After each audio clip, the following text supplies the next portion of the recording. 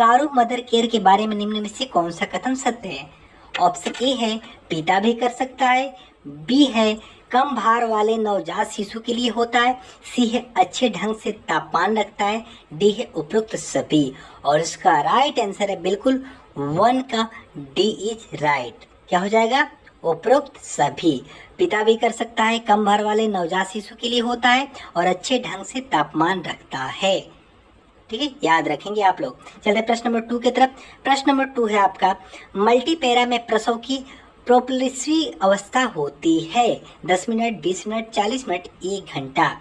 तो मल्टीपैरा में प्रसव की जो प्रोपल्सिव अवस्था होती है वो आपकी होती है 2 का डी इज राइट 20 मिनट। ठीक है, 20 मिनट इसका राइट आंसर हो जाएगा। चलते हैं प्रश्न नंबर 3 की तरफ। देखिए सारे ही प्रश्न आप एएनएम की तैयारी करें, जेएनएम की करें, नर्सिंग एग्जाम, सीआईएस, सब नर्सिंग एम्स, किसी भी एग्जाम की तैयारी करें नर्सिंग से रिलेटेड, तो आपके लिए प्रश्न महत्वपूर्ण हो सकते हैं क्योंकि ये प्रश्न आपके पूछे गए हैं। और चलते हैं प्रश्न नंबर, और पूछे गए प्रश्न अगर किसी भी फील्ड से हो, अगर उससे रिलेटेड हर एक एग्जाम में रिपीट किए जाते हैं, यहाँ से उठा के वहाँ, वहाँ से उठा के यहाँ, यही प्रश्नों का होता है, उलट फेर कर दिए जाते हैं प्रश्नों को। तो आप लोग ये मत सोचिए कि इसमें पूछे गए तो इसमें नहीं पूछे जाएंगे, ऐसा कुछ भी नहीं है। नर्सिंग एग्जाम से रिलेटेड जो प्रश्न पूछे गए हैं वो कहीं ना कहीं आपके जरूर पूछे जाते हैं, बार बार रिपीट होते हैं। प्रश्न नंबर 3 है, गर्भावस्था में कौन सी दवा नहीं दी जाती है? ऑप्शन ए है ACE इनहिबिटर्स, बी है पेनिसिलिन, सी है मिथाइल डोपा और डी है लाबिटालोल। और इसका राइट आंसर हो जाएगा 3 का ए। गर्भावस्था में ACE इनहिबिटर्स दवा नहीं दी जाती है। चलते प्रश्न नंबर 4 की तरफ। प्रश्न नंबर 4 है आपका, एक्यूट ओटाइटिस मीडिया का सबसे ज्यादा कारण है? H influenzae, S pneumoniae, S aureus या स्यूडोमोनास। और इसका राइट आंसर हो जाएगा 4 का बी, न्यूमोनी इसका राइट आंसर हो जाएगा। प्रश्न बहुत ही अच्छे हैं, तो आप लोग कमेंट करके अपने स्कोर बताना चाहें तो स्कोर बता सकते हैं। और जो दोस्त चैनल पे पहली बार है, चैनल को सब्सक्राइब कर लें, बेल आइकन को प्रेस कर लें। ठीक है, और वीडियो को तो जरूर लाइक करेंगे, सभी लोग लाइक करेंगे वीडियो को। प्रश्न नंबर 5 है, जिंक की कमी में एक के अलावा सभी पाया जाता है? रोशनी की कमी, डायरिया, डर्मेटाइटिस या हाइपोगोनाइडिज्म। और इसका राइट आंसर क्या हो जाएगा? बिल्कुल 5 का राइट आंसर आपका हो जाएगा 5 का ए। रोशनी की कमी, जिंक की कमी में एक के अलावा सभी पाया जाता है, रोशनी की कमी के अलावा बाकी सारी चीजें पाई जाती है ऑप्शन के अकॉर्डिंग।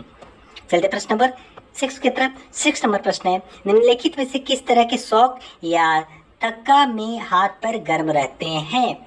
हाइपोवोल्विक, न्यूरोजेनिक, कार्डियोजेनिक या एनाफाइलेक्टिक। और उसका राइट आंसर हो जाएगा 6 का बी इज राइट, न्यूरोजेनिक।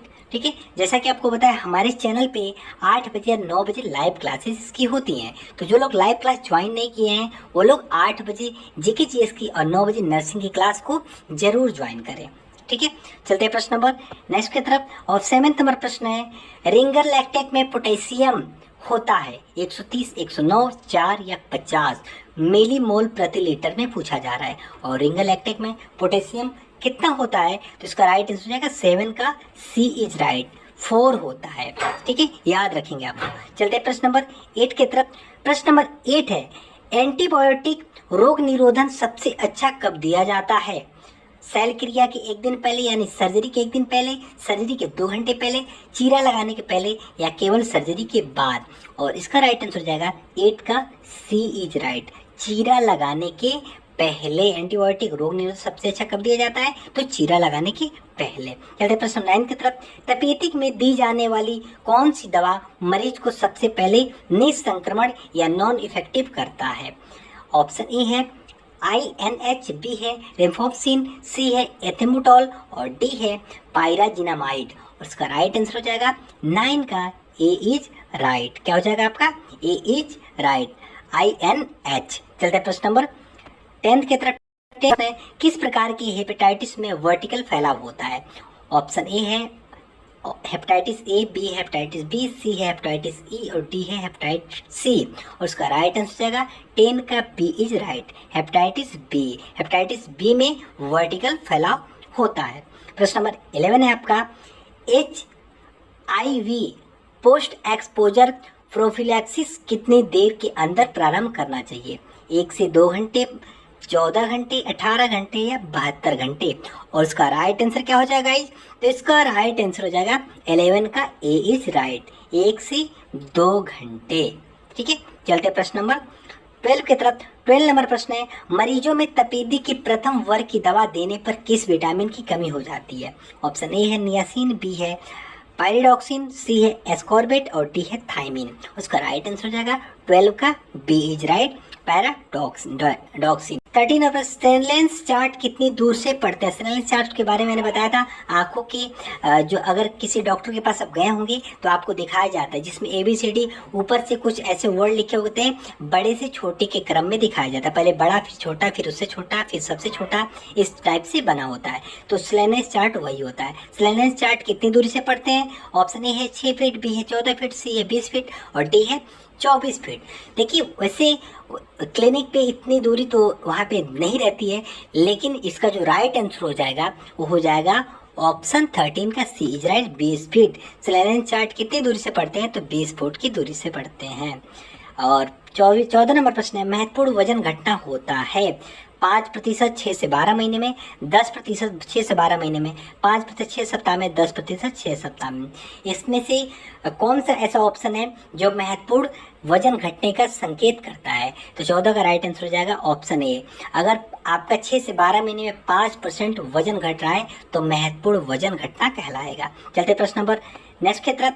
सबसे आम शौक या थक्का बच्चों में होता है, हाइपोवोल्विक, कार्डियोजेनिक, सेप्टिक या न्यूरोजेनिक? और 15 का राइट आंसर हो जाएगा ऑप्शन ए, हाइपोवोल्विक इसका राइट आंसर हो जाएगा, वोल्विक। चलते हैं प्रश्न नंबर नेक्स्ट की तरफ।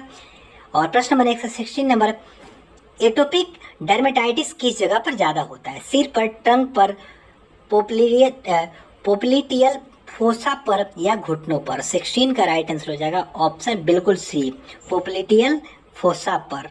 चलते हैं प्रश्न नंबर 17 की तरफ।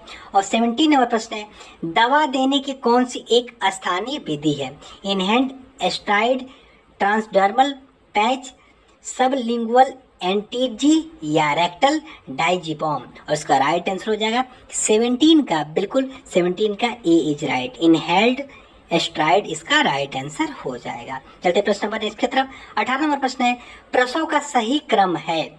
4 ऑप्शन आपके पास दिए गए हैं, प्रसव का सही क्रम क्या है? इसमें से ए है फ्लेसन, बी है क्रोविंग, सी है बाय रोटेशन और डी है रेस्ट्यूशन। और 4 आपको यहाँ पे ऑप्शन दिए गए हैं, आपको सही क्रम बताना है प्रसव का, और राइट आंसर आपका हो जाएगा प्रसव का क्वेश्चन नंबर 18 जो है इसका आपका राइट आंसर हो जाएगा 18 का बी इज राइट। ठीक है, सबसे पहले आपका होता है फ्लेसन, उसके बाद से होता है क्रोविंग, उसके बाद से होता है रेस्ट्यूशन और उसके बाद से होता है बाय रोटेशन। ठीक है, याद रखिए सबसे लास्ट में बाय रोटेशन और फर्स्ट पे होता है फ्लेसन। चलते प्रश्न नंबर नेक्स्ट की तरफ। और नेक्स्ट प्रश्न है, गंभीर निर्जलीकरण का उपचार है? तुरंत कुलाइड शुरू करना, तुरंत रिंगर लैक्टिक शुरू करना, 5% डेक्सट्रोज एवं रिंगर लैक्टिक संयुक्त रूप से, या तुरंत DNS शुरू करना? और 19 का राइट आंसर हो जाएगा 19 का बी, तुरंत रिंगर लैक्टिक शुरू करना। चलते प्रश्न नंबर लास्ट की तरफ। और 20 नंबर प्रश्न है, DPT का टीका कैसे दिया जाता है? मुंह से, चमड़े के नीचे में, मांसपेशी, नसों में? और 20 का राइट आंसर हो जाएगा बिल्कुल मांसपेशी में।